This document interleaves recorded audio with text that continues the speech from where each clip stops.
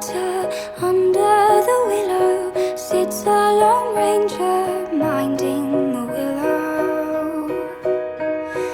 He and his wife once lived happily, planted a seed that grew through the reeds. Summers and winters, through snowy Decembers, sat by the water, close to the embers, missing out the lives that they once had before. I wouldn't leave you, I would hold you when the last day comes. What if you need me?